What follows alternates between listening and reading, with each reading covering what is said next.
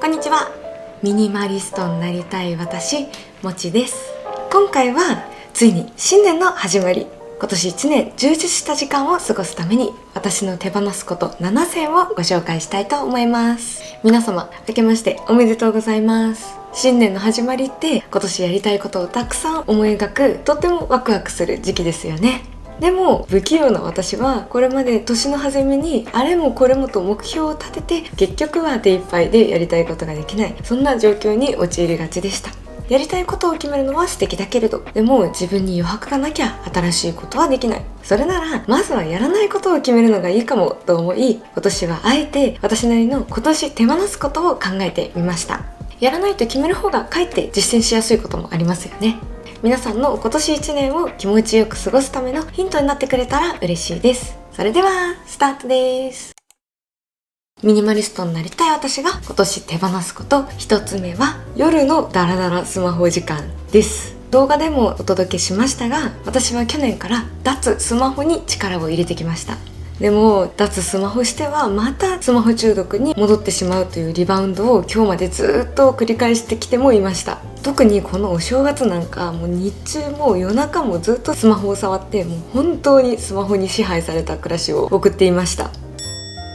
スマホを四六時中見ていると寝不足にはなるし、昼間もまるでタイムスリップしたかのようにあっという間に時間が過ぎてやりたいことも進まないし、やっぱりスマホとはうまく距離を取らなきゃなと改めて思わされました。そこで脱スマホをするためにスマホ時間の何が自分にとって一番良くないのかと振り返って考えてみたところ、一番の悪者はやっぱり夜のダラダラスマホタイムかなと思いました。夜にスマホを見てしまうと脳が覚醒して思った以上に夜更かしになってしまったり、そうすると朝もなかなか起きれなくて朝活もできなくなって、そして夜には今日も何もできなかったなぁと、なんかそのまま寝てしまうのが惜しくてまたダラダラスマホしてしまうと、夜のスマホタイムから悪循環が始まってしまっていた気がするんですよね。なのでこれからは夜はなるべくスマホを見ずに過ごすことを目標にして、寝る1時間前、できれば2時間前にはもうスマホを離れた場所に置いて過ごすことを徹底しようと思っています。スマホがない時間は本を読んだり勉強をしたり日記を書いたり、ただぼーっと過ごしてみたり、そんなスマホのない暮らしをあえて楽しむ時間を送ろうと思います。このようにいろいろ試行錯誤しながら、今年こそ自分にとって一番ちょうどいいスマホとの距離感を見つけていこうと思っています。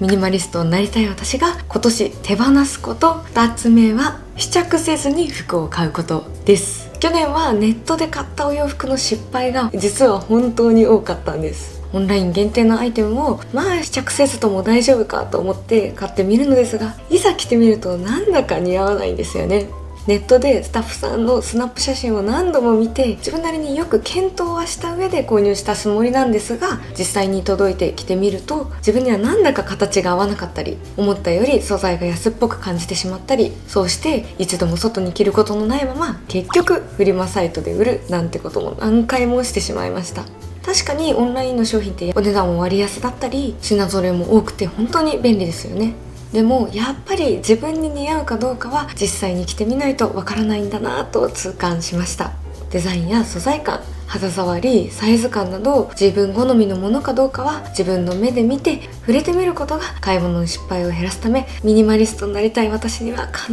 ず必要なステップでした。お店に行って試着をするって時間も手間もかかって正直面倒ですし、服のお値段も割高なものは多いです。でもむしろ結局それがいいんですよね。安いからとかなんとなく良さそうだったからと何着も服を買ってしまうより、時間も手間もかけて手に入れた心から納得できる一着を大切に着る方が結果的にはお金も時間も無駄にせず満足度もずっと高いお買い物なんだなということに気づけました。もしかするとやむなく試着なしで買わなくてはいけないものもあるかもしれませんが、基本は服を試着してから買うというルールで今年は過ごしていきたいと思います。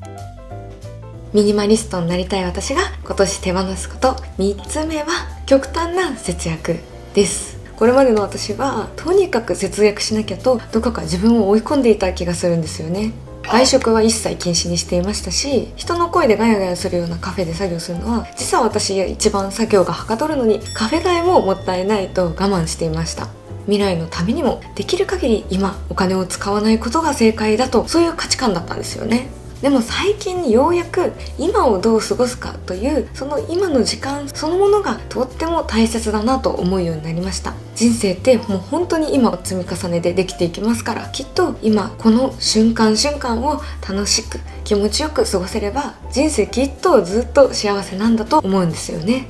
そうやって今の自分を大切にお金を使ってみようとあえてカフェに行くことで夜もずっと作業がはかどったり、心もすごく前向きな気持ちになれましたし、忙しくて疲れている時にとりあえず食べられればいいと適当なご飯でなんとか済ませてなんだかひもじい気持ちになってしまうよりは、思い切って外食に頼って楽して美味しい料理を食べてほっと一息をついたり、今はそんな風に少しだけ節約にかける肩の力を抜いて自分の時間をご機嫌にすることにお金も少しずつ使っていっています。もちろん使えるお金は有限ですから、何でもかんでもお金を使っていいわけではありません。私は服やバッグのようなこういうものについてはやっぱりそんなにお金をかけなくていいかなと思っています。もともと物より経験にお金を使いたいタイプでしたが、今年はちょっと幅を広げて食事とかカフェ代とかその時の過ごす時間を心地よくすることにお金を使っていけたらなと思っています。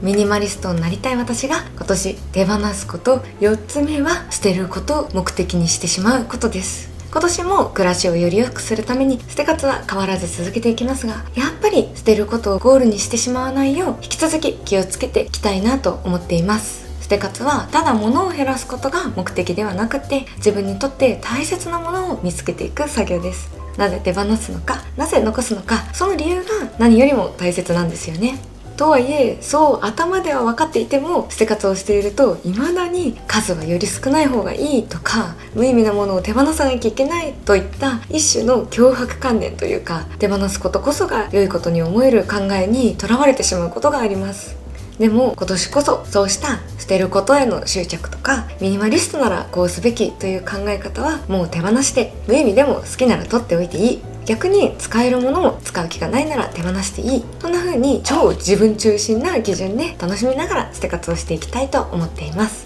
今年も引き続き捨て活の様子は動画でアップしていく予定ですので、ぜひぜひ楽しみにしていてください。特にお洋服はお気に入りだけのクローゼットになるよう、自分の好きという感覚をしっかり大切にして、さらに厳選していけたらと思っています。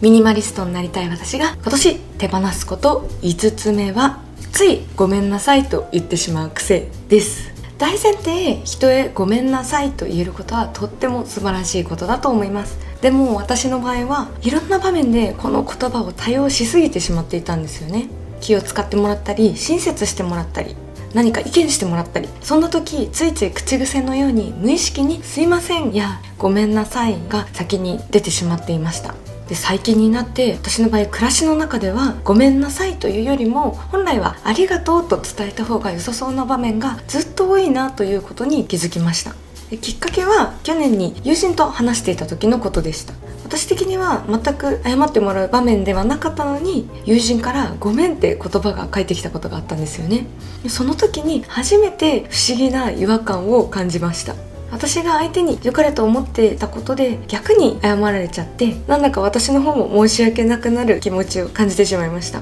その時、ごめんよりもありがとうと言ってもらえる方がずっと嬉しいんだと身をもって気づかされました。確かに例えば電車で席を譲った時、すいませんと言われるよりもありがとうございますと言われた方が譲った側もなんだか温かい気持ちになりますよね。まさに私こそ友人以上にすぐごめんと言ってしまう癖があったので、気をつけたいなと思うきっかけになりました。親切にしてもらったり、優しい言葉をかけてもらったり、助けてもらった時は謝るのではなくありがとうと伝える方がほんのちょっとの差なんですが、人との関係がより温かいものに変わる気がするんですよね。今年は無意識のごめんなさいを手放して、たくさんのありがとうを届ける1年にしていきたいです。ミニマリストになりたい私が今年手放すこと6つ目は、苦しいと思いながら働くことです。私は去年長年苦しいと思いながら働いていた職場を離れる決断をしました。今は YouTube をしながら自分らしい働き方を模索している最中です。で、働いている当時は私にとってはその会社が全てのように思えて、その時はここでただ耐えるしかないんだと思い込んでいたんですよね。でもとにかく悩んで思い切ってやめてみて、何もそこまで我慢する必要はなかったんだということに気づかされました。これまでの私って働くことは苦しくて当たり前だと思っていたんです。でも場所が変われば当たり前ですが、環境も常識も驚くほど変わるんですよね。私は今は毎日 YouTube の活動などを通して本当に心穏やかにのびのびと過ごせるようになりました。うつ病を経験した私の友人も働く場所が変わってから仕事は全然苦しくなくなったし、会社によってもう本当に全然違うとも話してくれました。この世界にはたくさん会社がありますから、今の会社だけが全てでは全くなかったんですよね。苦しいなら無理して我慢する必要はなかったんだと今は心からそう思えています。一方で苦しいと大変は似ているようで全く違うことにも気づくことができました。編集に追われて徹夜をしたり、再生数が伸びなくて落ち込んだり、正直大変なことはたくさんあります。でもそれって苦しいとはまた違うんですよね。目標に向かって努力するこの大変さっていうのは手放すものではなくて、むしろ大切にするべきものなんだなということに気づきました。心に無理をさせる苦しさは手放すけれど、夢中になることへの大変さは乗り越えていく。今年はこの苦しさと大変さ、この違いをしっかり見極めながら、自分が心健やかで生きられる働き方のために努力していきたいなと思っています。ミニマリストになりたい私が今年手放すこと、7つ目は自分にはできないと鼻から諦めてしまうことです。これが今年一番大切にしたい手放すことかもしれません。こちらも退職をきっかけに強く気づかされたことでした。以前の私はとにかく自信がなくて挑戦することを恐れていました。退職なんて無理と最初から諦めて選択肢からなくしてしまっていたんです。でも今こう振り返ってみれば、自分には無理だと思っている限り本当に実現しないんですよね。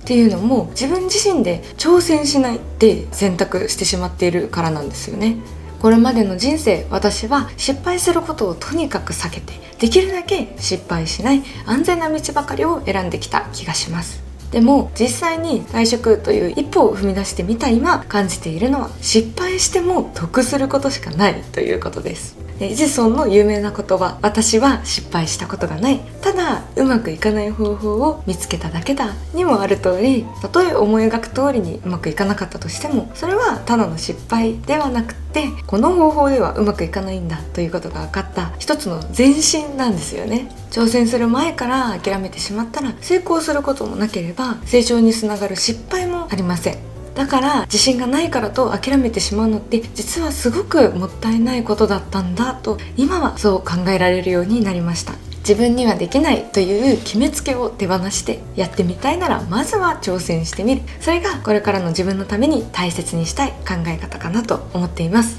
今年はぜひやりたいと思ったことを果敢に挑戦する1年にしたいです。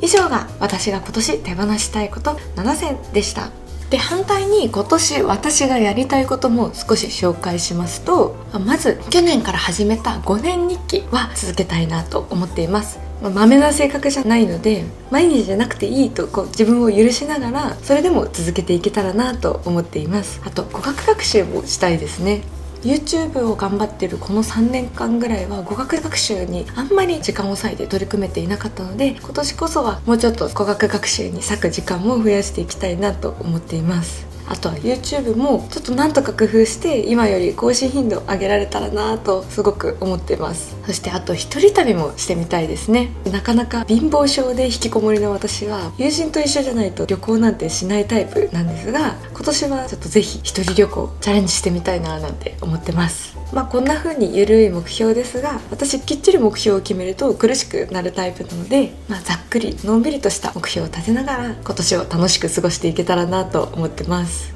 皆さんが今年手放したいことは何でしょうか？ぜひぜひコメント欄で宣言してくださいね。それでは、実はセーター後ろ前にずっと着てたんですけど、気づいた方いますか？途中で直したんですけどめっちゃ恥ずかしい。もし後ろ前のセーター気づいていた方、素晴らしい観察眼です。大当たりです。きっと今年いいことがあるかもしれません。